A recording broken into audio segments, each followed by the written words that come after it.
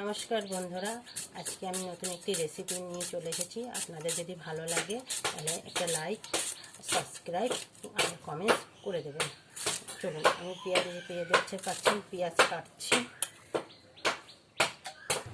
আলু কেটে নিলাম, পেঁয়াজ কেটে নিয়েছি, রসুন ছুলে নিয়েছি, আদা কেটে নিয়েছি। চলো এবার রান্না করা যাক।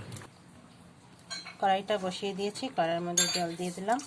সয়াবিনটা সিদ্ধ করব, সয়াবিন সিদ্ধ করব। ওটাকে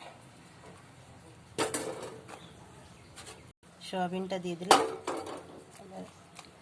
এবার লবণ দিয়ে দিচ্ছি, এর সাথে আলুও সিদ্ধ করে নেব।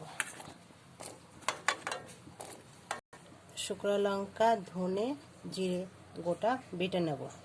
তার সঙ্গে রসুন, আদা, অল্প একটু পেঁয়াজ বেটে নেব। আর সয়াবিনটা সিদ্ধ হয়ে গেছে, আলু সয়াবিন তুলে নেব। আবার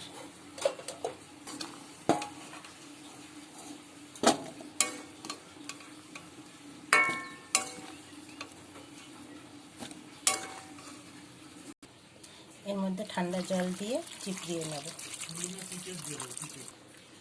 চিপড়িয়ে নিচ্ছি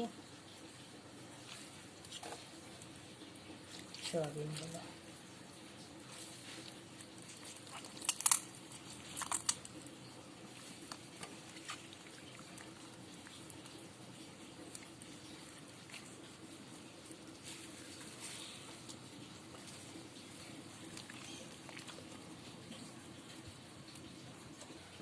তেল দিয়ে দেব।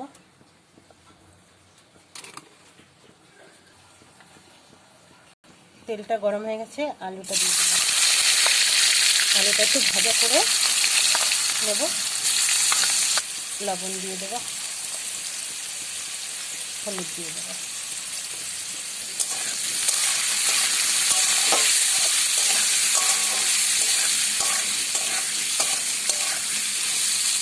এর সাথে সয়াবিনটাও ভেজে নেব।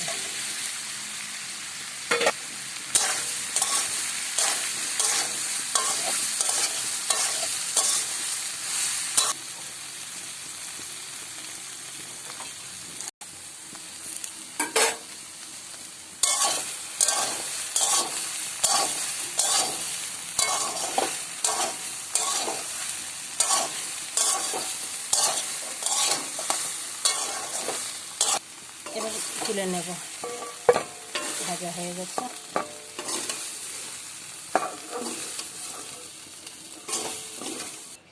কড়াইতে আবার তেল দিয়ে দেব।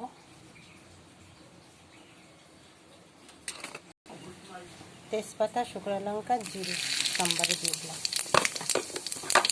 তার সাথে একটুখানি চিনি দেব। পেঁয়াজ দিয়ে দেবো সেখানে।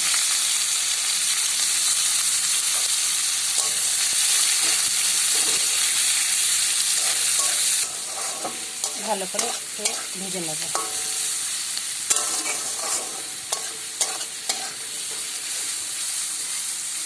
পেঁয়াজটা ভাজা ভাজা হয়ে গেছে। এবার আদা, রসুন আর পেঁয়াজ বেটে রেখেছিলাম সেটা দিয়ে দেবো।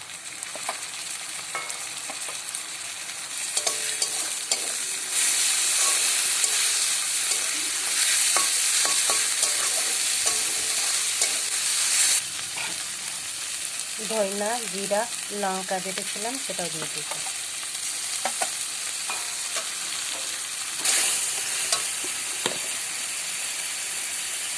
লবণ দিয়ে দেবো,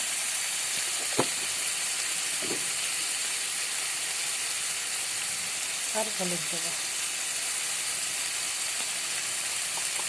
অল্প একটু জল দিয়ে দেবো।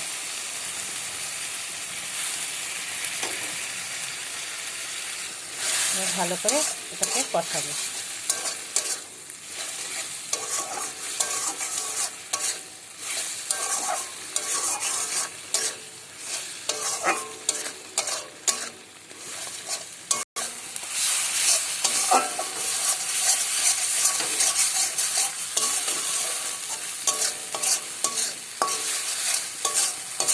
মশলা থেকে তেল ছেড়ে গেছে। এবার সয়াবিন আর আলু দিয়ে দেবো। দিয়ে এটাকে একটু কষাবো, তারপরে জল দেবো।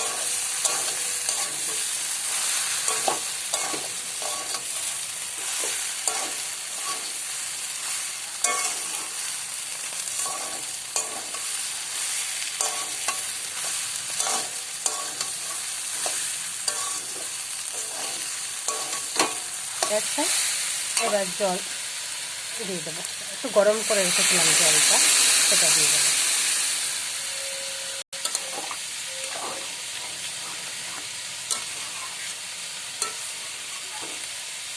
চেষ্টা করবেন সবসময় গরম জল দেওয়ার জন্য, তাহলে স্বাদ হয় ভালো।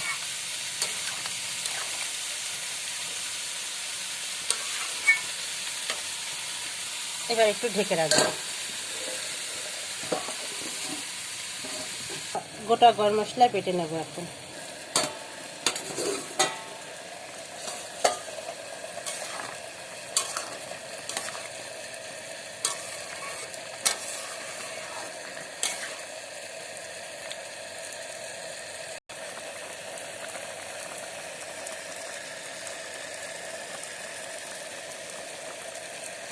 গোটা গরম মশলাটা দিয়ে দেবো, বাটাটা।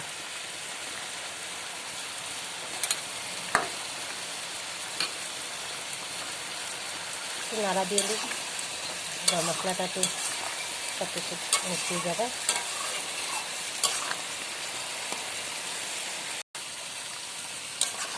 হয়ে গেছে, এবার নামাবো।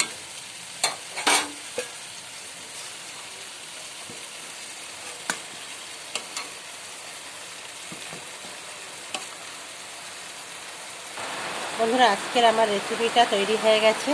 যদি ভালো লাগে তাহলে একটা লাইক করে দেবেন।